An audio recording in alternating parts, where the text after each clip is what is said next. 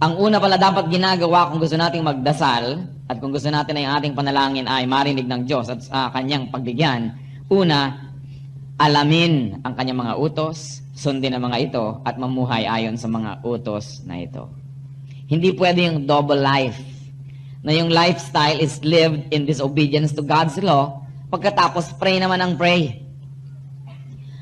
The only prayer of a person who turns a deaf ear to the law of God that is heard in heaven is the prayer of repentance.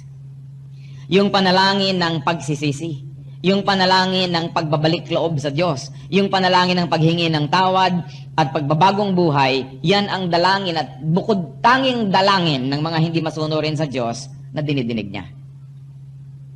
Magtataka tayo, bakit naman yung iba kong kilala para hindi sumusunod sa Diyos? Bakit parang dinidinig ang kanyang mga dalangin? Tayo po ay darating sa araw ng paghuhukom. Hindi pa tapos ang lahat. Kaya huwag nating sasabihin na, nakakalusot na yata yung mga mali na ginagawa ng iba.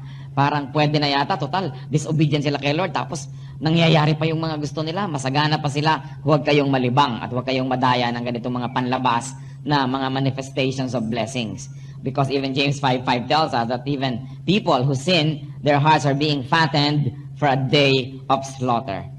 So this is one obstacle for a prayer to reach heaven. When the supplicant, when the one who prays, turns a deaf ear to the law. So that's one, turning a deaf ear to the law. According to Psalm 66:18, if I have cherished sin in my heart, the Lord would not have listened. So these are obstacles again. A cherished sin. Isang kasalanan na minamahal. May mga kasalanan po kasi tayong nagagawa na hindi natin gusto yung kasalanan na yun. Talagang nabibigla tayo o kaya ay nadudulas, nadadaya. Pero matapos natin gawin yung kasalanan, sising-sisi tayo. Tayo po ay malungkot na malungkot tungkol doon. Hindi ito yung pinag-uusapan na kasalanan na magiging hadlang para marinig tayo ng Diyos. Kundi yung kasalanan na cherished, minamahal. Alam mo ng kasalanan, mahal mo pa. Alam na natin na pinipigil tayo ni Lord sa ganitong bisyo, binibigyan pa natin ng provisions. Alam na natin ay pinagbabawal ni Lord, halimbawa ang isang illicit love affair, isang adulterous relationship, mahal na mahal pa natin, iniingatan pa natin, ibinabahay pa natin yung ating mga minamahal na yan, at isinasama pa sa allowance at kasama pa sa mga 13th month pay. Yan ang mga cherished sin. Huwag ninyong isipin na pakikinggan ng Diyos ang inyong mga dalangin. If I cherish sin in my heart. Ano pa yung cherish sin? Yung lingering sin. Lahat po tayo nagkakamali. Walang taong hindi nagkakamali. Ewan ko kung may tao na dumadaan na isang maghapon na hindi nagkakamali. Pero iba naman yung 2 buwan na, 3 buwan na, 1 taon, 10 taon na yung kasalanan niya, nandun pa rin. At hindi na siya nagigilty, hindi niya inaalis. Parang permanent part of his life na lingering sin. If we cherish that sin in our hearts, the Lord would not listen. And of course, ano pa yung ibig sabihin ng cherished sin? Yung premeditated sin. Kahit sa murder, yung premeditated murder, mabigat ang parusa. Yung nagplano ka, nagbalak kung paano mapapatayin ng isang tao. Pero yung bigla kang nagulat at nabaril mo siya, bagamat napatay mo siya, pero hindi premeditated, magaan-gaan ang parusa sa ganun. Ganon din po yung mga kasalanan na premeditated. Balak mo na sa sweldo. Pupunta ako kay ganon at kami ay lalabas. At kami magbibiglang liko. Premeditated sin yun. Planong-plano. Lahat may music pa, may background music at handa pa mga props. Alam nyo, that is premeditated sin.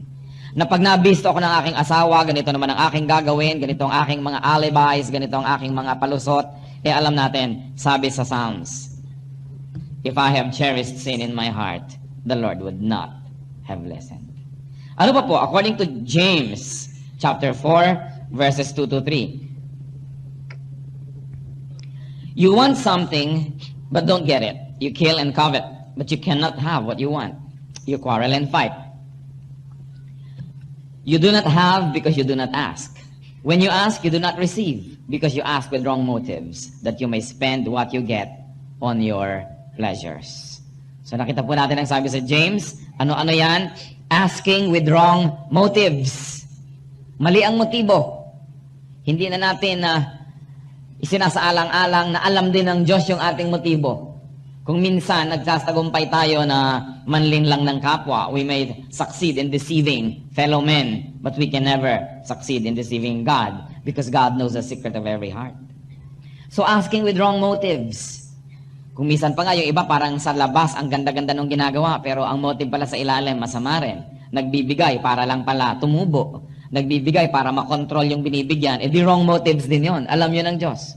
At hindi natin dapat asahan na tayo ipapakinggan ng Diyos kung gano'n ang ating mga motibo. And also, asking out of selfishness. Puro sarili lang ang iniisip. Wala nang iba. Hingi na lang ng hingi. Puro sa sarili. And of course, God knows that. Kaya si Solomon, in-honor ni Lord eh.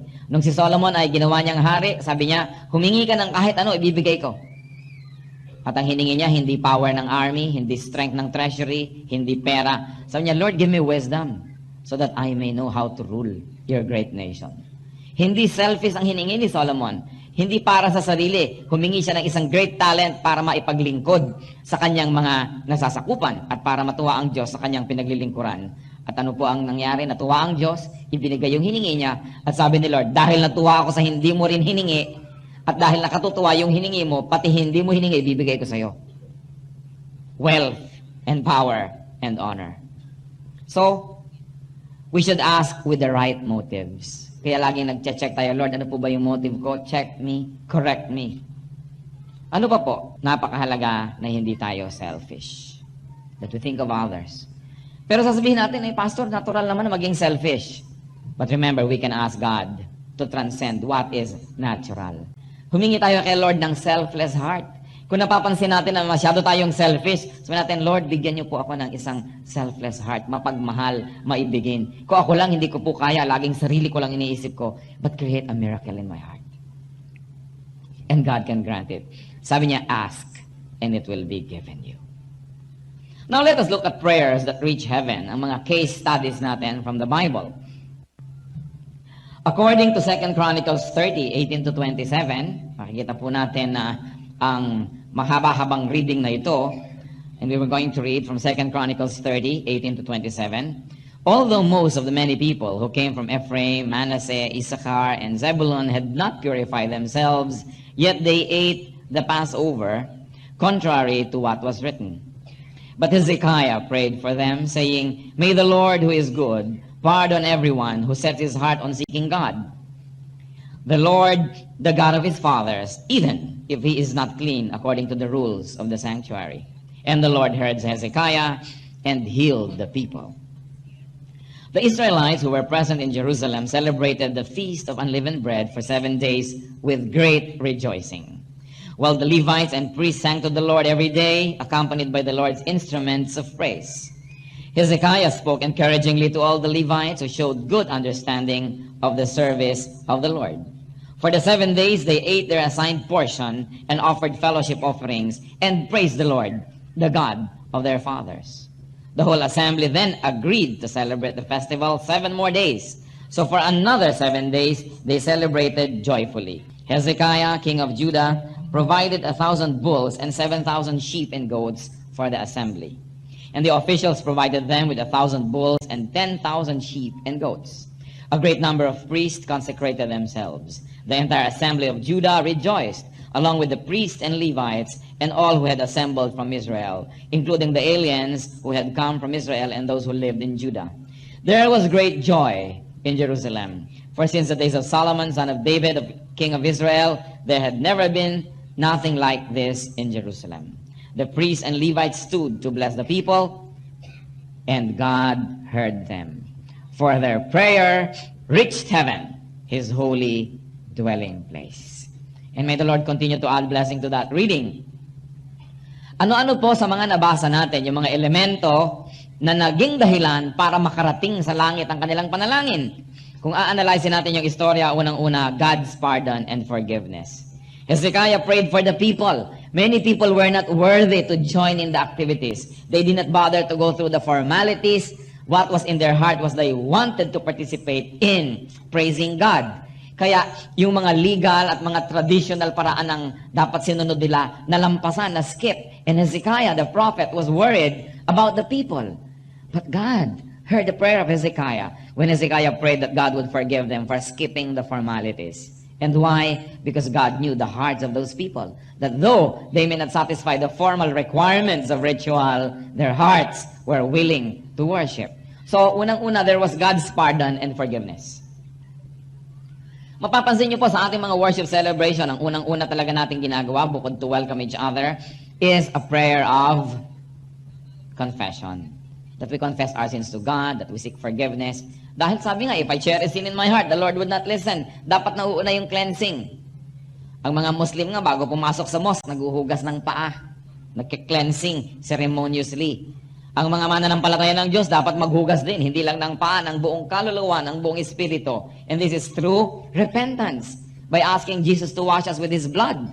Kaya atin pong ina-advocate na lahat ng gawain na makadiyos, umpisahan ng confession. You may not begin with confession if you are sinless. Pero kung meron, dapat ganon. There was God's pardon and forgiveness. What else? There were hearts that really sought God. Hearts that seek God was what made the prayer reach heaven. O punta tayo dun sa worship hall na yon kasi komportable, kasi air-conditioned. Kasi may matitindahan tayo ng insurance dyan. Meron tayo mga prospect dyan na mabentahan ng mga kung anong mga lalagyan ng ulam, etc., etc. Ay huwag kayong umasa na madidinig ng Diyos sa inyong panalangin. Kasi kahit anong pagpapanggapang gawin natin sa labas, hindi pwedeng malihim yan sa Diyos. So how can a prayer be heard? First, there must be a heart that seeks for God. What else? There was a great celebration of God. A celebration of God's goodness. A celebration of who God is in the people's lives. Ano-ano po yung kasama doon? There was rejoicing. There was singing and playing of music. Siyempre, ang gusto ng Diyos masaya. Kayo man, gusto nyo rin nakikiramay sa isang tao pag malungkot siya, di po ba? Pero siguro naman gusto rin nyo rin na masaya siya.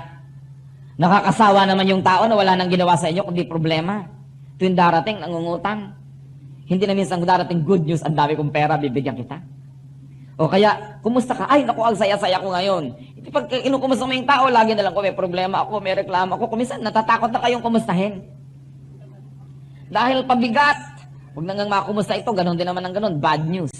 May mga tao, may mga kamag-anak, pag tumawag sa inyo sa telepono, makakaasa kayo, bad news yun. Kasi hindi man lang sila marunong tumawag kung minsan pag masaya sila na, ba't ka tumawag? Wala, ang saya-saya ko lang, just to share with you na ang saya ko, ikaw, kumusta? Hindi, ito may problema, at saka lang makakaalalang tumawag. Kaya tuloy, napakahirap ng angatin yung telepono. Lalo pag sinabi ng operator, long distance, collect, will you take it? Parang ang hirap yata. Lagi na lang ganon. Sa palagay nyo ba, natutuwa ang Diyos at tuwing lalapit na lang tayo, tuwing may problema? Siyempre, mahal tayo ng Diyos. Hindi naman niya tayo pagkakaitan kung naman problema tayo at lalapit tayo. Pero pasayahin naman natin siya. Iba-ibahin naman natin yung approach. Hindi na tuwing may problema na lang, tuwing umiiyak ka, tuwing wala kang pera, tuwing nabibingit ka sa kamatayan, ang lapit-lapit mo sa Diyos. At tuwing nagsasaya ka, nando ka sa karaoke bar, nando ka kung san-san, puwera ang Diyos. Nakita niyo, there was a lot of rejoicing. Do you know that God is a happy God, that God likes happiness, God likes joy, God likes celebration. Kaya ang dami-dami niyang inuutos sa Israel ng mga pista. Kutakot-takot na feasts ang inutos niya sa Israel. Bakit? Para huwag malimutan ng Israel na ang Diyos ay mabuti. Kaya tayo nagpipista para kay Jesus. Kaya tayo nagdiriwang para maalala natin na oo nga, mabuti nga ang Diyos.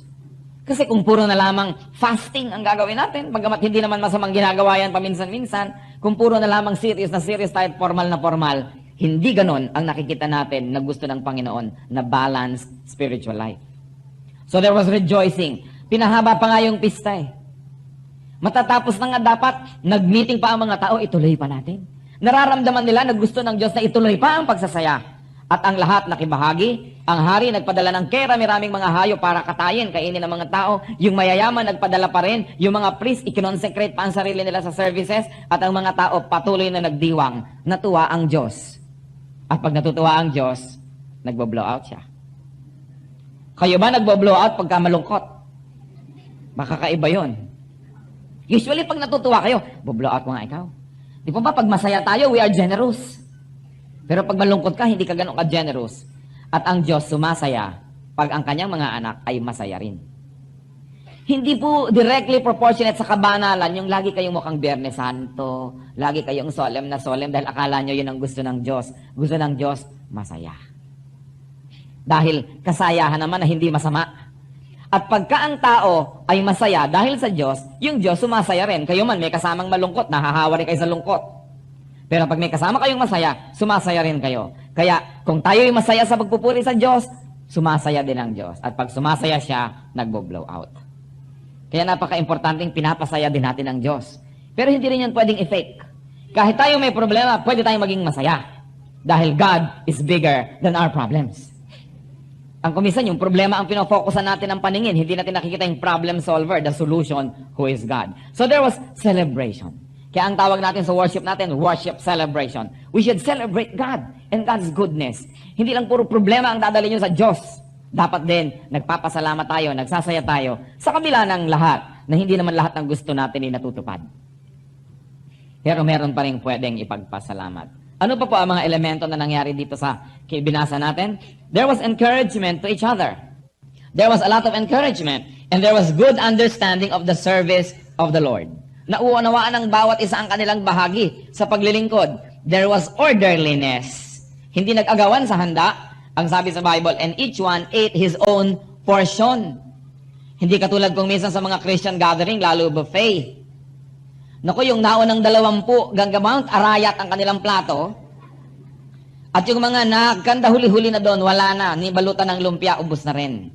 Hindi ganun ang nangyari. There was orderliness. Ang bawat isa lumagay sa lugar. Kasi nakakakilabot po kumisan, sa mga tagalabas na nga, hindi na bale, pero taga-church ba naman, una-unahan pa rin. Halimbawa sa mga buffet table, talaga namang meron pang hindi pumipila, liligtas pa, palusot pa. Kunwari, nakikipagkwentuhan doon sa may nasa una, na biglang singit na siya.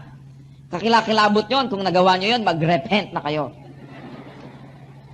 Because there must be orderliness. Hindi pwedeng kani-kanya, hindi pwedeng sarili-sarili ko para tayong mga nag-aagaw-agawan. There was orderliness, and ano pa? There were offerings. There were offerings. Sa mga church activities, kung minsan kadalasan makikita ninyo pag merong halimbawa kainan, people bring kanya-kanya na mga kakainin. Pagka nagbilang yung mga treasurer ng offering, kaliit-liit ng offering. So alam mo na yung mga nagdala ng mga ulam at mga pansit-pansit, tithes deductible pala ang dala nila, kaya biglang lumiliit yung collection. Dito, ang mga tao nagbigay na ng mga makakain, nagdala pa sila ng mga offering. Hindi nagsuffer yung offerings kung may dala sila dahil Diyos ba naman ang kumain ng dala nyo? Di ba tayo rin? So kung tayo rin ang nagkainan, bakit nagiging tithes deductible? Sabi ba, nagdala na nga ako ng isang bilaong pansit malabon eh. Siyempre, wala na akong offering ngayon, exempted na ako. Eh, siya rin naman ang kumain ng dala niya. Kaya dapat, hindi natin inuutakan ang Diyos. Sila, meron na silang dalang mga pagkain. Meron pang iba pa yung offering. And there was a lot of praising of God. God was praised all the time. Mapapansin nyo dito, walang nag-iiyak sa Diyos. Walang nagrereklamo, walang mo nang humingi ng mga healing, walang mo nang humingi ng mga trabaho, walang humingi ng mga pambayad ng kuryente at kung ano-ano. Everybody was praising God. Kasi kahit po tayo merong mga needs, kung mag-iisip-isip lang tayo, mas marami pa rin tayong pwedeng ipagpasalamat at ipagpuri sa Diyos. Pero pag ang lagi na natin binigyan ng attention, yung needs natin, talagang lulungkot kayo, mawawalan kayo ng gana, tatamlay kayo, at pati Diyos tatamlay. Hindi siya magaganahan na mag-blow out. Dahil wala namang kalatoy-latoy yung mga tao. Kaya kailangan marunong tayo magpuri sa Diyos. Sa bawat isang bagay na pwede niyong ireklamo sa Diyos, I challenge you, you can count at least 10 na dapat ipagpuri pa sa Diyos. Focus on these things. And once more, what other factors help for these prayers to reach heaven? There was unity and agreement. Sabi nila, i-extend pa natin. Hindi na nagkaroon ng kung ano-anong mga board of elders meeting, mga kung ano-anong mga board of deacons meeting, at mga pagtatalo dito at pagtatalo doon. There was unity. Kadalasan sa mga churches, kaya ayaw bumaba ang gloria ng Diyos, nagbabangay-bangay ng mga elders, ang mga deacons, ang mga leaders. Eh, paano bababa ang gloria ng Diyos? Kayo man at may nag-aaway doon sa daan na yun, ayaw nyo doon dumaan, hahanap na lang kayo ng iba. Kayo man at laging nag-aaway yung mga tao sa bahay nyo, di ba? Yan ang reklamo ng maraming kabataan. Bakit ka ba laging nasa mall? Bakit ka ba laging nakahambalang sa Fort Santiago? Eh kasi tatay at nanay ko, walang ginawa kundi mag-aaway. Ayaw natin na nandun tayo sa lugar na may nag-aaway. Kaya yung mga ibang tao, ang panaginip, naku, gusto ko nang makaalis dito o sa area na tirahan ko na ito dahil ang mga kapitbahay ko, awayan ng awayan, umagang-umaga. Kailangan makatakas ako sa lugar na ito. Di po ba? Kung tayo, nasanay din naman makipag-away, na kumisan ay war freak din, eh tayo ay nababaghabag, hindi tayo at least pag may nag-aaway sa paligid natin, lalo na ang Espiritu ng Diyos na mapayapa at matahimik, ayaw niya ng may nag-aaway. Kaya sa palagay nyo, dadapo sa bahay nyo, o sa church ninyo, o sa fellowship nyo ang Diyos, na laging may nag-aaway doon. Nako, The glory of the Lord will avoid that place. But of course, the presence of the Lord will be there kasi omnipresent siya. Wala naman siyang choice. Kaya lang yung glorious presence, wala doon. The presence that reveals, the presence that teaches, the presence that heals, the presence that blesses, huwag niyong asahan na nandun kung laging may mga awayan. There was unity. There was agreement. At syempre, sa unity, may nagpaparaya, may nagbibigay, may sumusunod. Hindi pwedeng laging igiit natin yung sarili. Kasi kung sarili natin lagi igigiit, ganun din naman ang gagawin ng iba, edi ang gulo, aalis tuloy yung presensya ng Diyos. Lahat na lugi. Kaya sabihin natin, mabuti pang matalo na ako sa argument na to. Sige na, huwag na lamang tayong alisan ng gloria ng Diyos. Kailangan may pagpaparaya, may pagbibigay. And what else? There was contribution and generosity. Everybody did his part. Anong naging bunga tulad ng binasa natin? Their prayer reached heaven. Ang ganda nun. Ang ganda-gandang mangyari. Ano naman po ang matututunan natin sa 2 Chronicles 7:14? Let us read 2 Chronicles 7:14. If my people who are called by my name will humble themselves and pray and seek my face and turn from their wicked ways, then will I hear from heaven and will forgive their sin and will heal their land. Napakaganda. Ano po ang makikita naman natin dito? Elements so that our prayers will reach heaven. Humility. Pagpapakumbaba. Sabi, if my people will humble themselves. Ano ba yung kailangan doon sa humbling of God's people? Yung mga magkakaaway, magbati na. Hindi yung mauna muna siya. Hindi. Kailangan ni ganito, kailangan ni ganyan. Tayo na yung magpaka-humble. Kung kasalanan natin, aminin natin. At yung humble na tao, kahit pa nga hindi niya kasalanan, siya pa rin yung nakikipagkasundo. Sabi niya, if my people would humble themselves and seek for me. Kailan hinahanap natin ng Diyos? Hinahanap natin ang kanyang katuruan, hinahanap natin ang kanyang katotohanan, hinahanap natin ang kanyang kaluwalhatian. At sabi, turning from wicked ways. Gusto nating marinig ng Diyos ang ating mga dalangin, makarating sa langit ang ating mga panalangin, talikuran ang mga kasamaan, ang mga kasalanan. Hindi pwedeng double life. Even the law of impenetrability sa physics, sinasabi only one thing can occupy one place at one time. Hindi pwedeng dalawa. Sa Bible din sinasabi, you cannot serve God and mammon. You cannot serve God and money. You cannot serve God and Satan. Pipili ka lang. Dapat isa lang. Ano naman po ang matututunan nating prinsipyo sa 1 John 5:14? 1 John 5:14 says, this is the confidence we have in approaching God, that if we ask anything according to His will, He hears us. Ito po yata ang nalilimutan ng napakaraming mga mahilig magdasal. Na ang dasal ay hindi grocery list, hindi shopping list, hindi wish list. Ang dasal, listahan ng mga kalooban ng Diyos. So sa pananalangin pa lang, ang una nating hinihingi, Lord, turuan niyo po akong manalangin. Ipakita nyo at ipaalam sa akin yung kalooban nyo para yun ang hilingin ko. At kung hindi nyo kalooban, hindi ko hihilingin, sayang lang ang oras ko at oras nyo. Dahil sabi sa 1 John 5:14, if we ask anything according to His will, He hears us. Pag binaligtad natin yon, if we ask anything according to our own will, apart from God's will, He doesn't hear us. Kaya ang unang trabaho ng nananalangin, hinahanap muna niya ang kalooban ng Diyos. Hindi yung, Lord, sige na, please, gawin mo lang to. Hindi ako kakain ng barbecue for 3 Fridays. Ano naman ang kinalaman ng Diyos sa inyong pagjejeta? Alam nga namang matuwa ang Diyos dahil nagugutom tayo. Yung iba, nagbabargain pa sa Diyos. Lord, ibigay niyo lang po ito. Ganitong gagawin kong pagpapahirap sa aking sarili. Lalaslasin ko ang aking pulso. Diba? Magkakalbo ako. Puputulin ko ang aking daliri. Anong palagay niyo sa Diyos? Sadista. Hindi na natin kailangan na gumawa ng bargains sa Diyos. Hindi na natin siya kailangan kumbinsihin, pilitin na maging mabuti. Dahil talagang mabuti na siya. Ang kailangan lang, humingi tayo nung gusto niyang ibigay. Dahil pag gusto ng Diyos, walang makakapigil. Pag ayaw ng Diyos, walang makakapilit. Kaya ang masayang tao, yung taong nabubuhay ayon sa kagustuhan ng Diyos. Ang nadidinig na panalangin, yung panalangin na ayon sa kagustuhan ng Diyos. Kaya mag-economize din tayo ng dalangin. Bago kayo manalangin, tiyakin ninyo na yun ay kalooban ng Diyos. Paano nagagawa? Una, search the scriptures. Baka naman yung hinihiling natin, ipinagbabawal ng Biblia. Therefore, huwag na kayong magsayang ng panahon. Hindi yun God's will. Halimbawa, kung sinasabi sa Biblia na isa lang ang asawa mo, pinagpe-pray mo, Lord, bigyan niyo naman kapayapaan ng aking 15 asawa. Hindi pwedeng madilig ng langit yan. Baka kidlat ang tumama sa'yo. Kainin ka ng lupa, yan ang mangyari. Dahil alam mo kailangan walang adultery.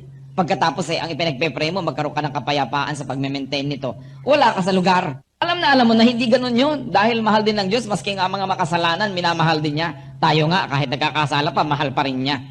So yung ganyang klase mga dalangin, huwag yung asahan na may mangyayari. Lord, gawin niyo pong number 1 ang anak ko sa school para talo niya lahat ang pinsan niya. Napakasama naman, napakabuktot na panalangin. Kaya alam po natin, hindi walang mangyayari sa prayer na yan. It's against God's will. Ngayon, ang tanong, may mga bagay naman na hindi natin tiyak na malalaman kung against God's will. Then yun, pwede yun na ipag-pray. Pero dapat, Lord, ito po sana ang gusto ko. Ito po nawa ang aking gusto. Pero kung hindi pa ito ang gusto nyo, ibali po. Okay lang. Pero sinasabi ko na rin na yun ang gusto ko. Pero pag hindi ibinigay, huwag tayong tatampo-tampo. Wala naman tayong patago sa Diyos. Kaya hindi tayo dapat nagtatampo pag hindi niya binibigay. Sa totoo, pagka hindi niya ibinibigay, lalo tayong magpasalamat. Dahil sa karunungan ng Diyos, alam niya na hindi yun mabuti para sa atin. Kahit sa biglang tingin, akala natin mabuti. Yung Diyos na malayo ang nararating ng isip, alam niya ang lahat, alam niya in the end, hindi yun mabuti. Thank God for His yes answers. Thank God for His no answers. And thank God for His wait answers. Pag nanalangin na tayo, magpasalamat na kayo. Pero hindi kayo nagpapasalamat dahil ipinepresume nyo na yes. Nagpapasalamat tayo dahil alam nating may sagot. At yung sagot, yun ang tamang sagot. Kahit hindi yun ang ating balak at gusto. Ano kaya ang mangyayari sa buhay natin kung lahat ng gusto natin natupad? We will self-destruct. Kaya tama lang, kinokorek tayo ng Diyos.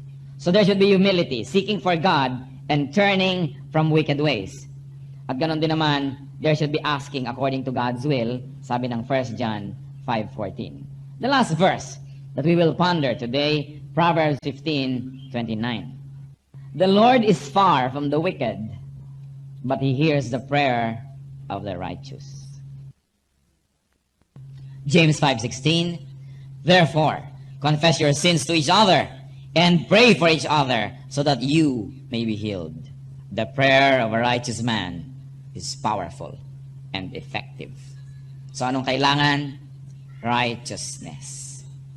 Katuwiran, kabanalan, pagiging tama. Ito po ang mga uri ng characteristics na hinahanap ng Diyos bago ang panalangin ay madinig. Bakit po effective ang prayer ng righteous man? Una, kasi nagsasala siya Pag sabi yung sister o brother, ipag-pray nyo naman na gano'n ang mangyayari. Sasabihin niya, I cannot pray along that line. Kasi sabi ng word of God, ganito, ganon. So hindi ko mo ipinapapray nyo, ipagpe-pray na niya. Meron siya dapat tinatanggihan according to conviction. Kasi nga, it should be in accordance with righteousness. Ngayon, akala nung iba, yung mga righteous people, malakas sa Diyos. Kasi, magpa-pray tayo sa mga righteous kasi malakas sila sa Diyos. Kaya nilang pilipitin ang braso ng Diyos. Kaya nilang pilitin ng Diyos. That's not true. Powerful yung prayer ng righteous because the righteous prays according to God's will. Kaya nagiging powerful. Hindi dahil kaya niya na kumbinsihin ang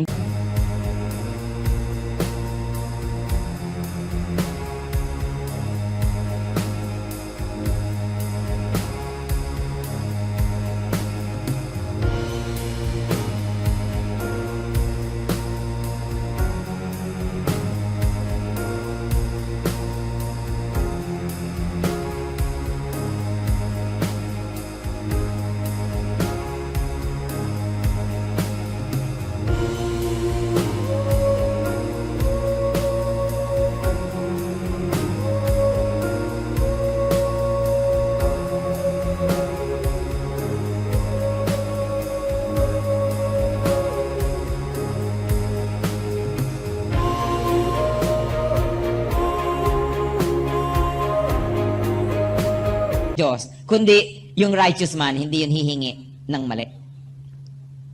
Pag humihingi yun in accordance with God's word, in accordance with prayerful consideration. Kaya napakalaki ng inyong pagkakataon na pag righteous yung nanalangin, yes na yung sagot. Kasi kung alam naman ng righteous na no, hindi niya ipagpe-pray.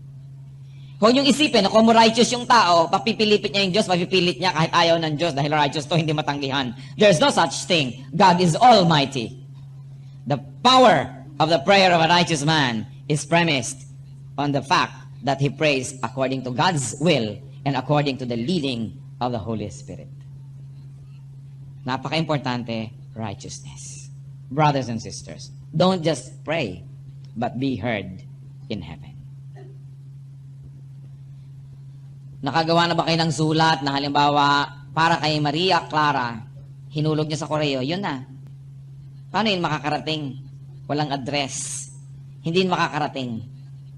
Tatawag kayo sa telepono, kulang ng number. Hindi yun makakarating. O kaya kumpleto ng address ang sulat nyo, walang selyo. Hindi yun makakarating. Maraming prayer, ganun. Hindi nakakarating. Kasi hindi naman dapat makarating. Kaya atin pong isip-isipin ang mga bagay na yan. Remove from your life things that hinder your prayer. And bring into your life what brings prayer to heaven. Let's bow before the Lord. Let's spend some moments of reflection. Alin ba sa mga hindrances na binanggit natin yung pwedeng maging sagabal sa inyong prayer life? Seek God's power. Seek God's forgiveness. Let us rearrange our lives in a way that our prayers may reach heaven. Sa ilang saglit, let the Holy Spirit speak to us. And pray to God. Surrender to God what needs to be surrendered, so we may be refreshed and our prayers may reach heaven. Silently, let's be alone with God. Heavenly Father, we thank you for reminding us today how important prayer is and how important it is that our prayers get to heaven. Sa pagkilos ng iyong Espiritu sa bawat isa sa amin, ipakita mo ang aming mga pagkakamali, ang aming mga pagkukulang.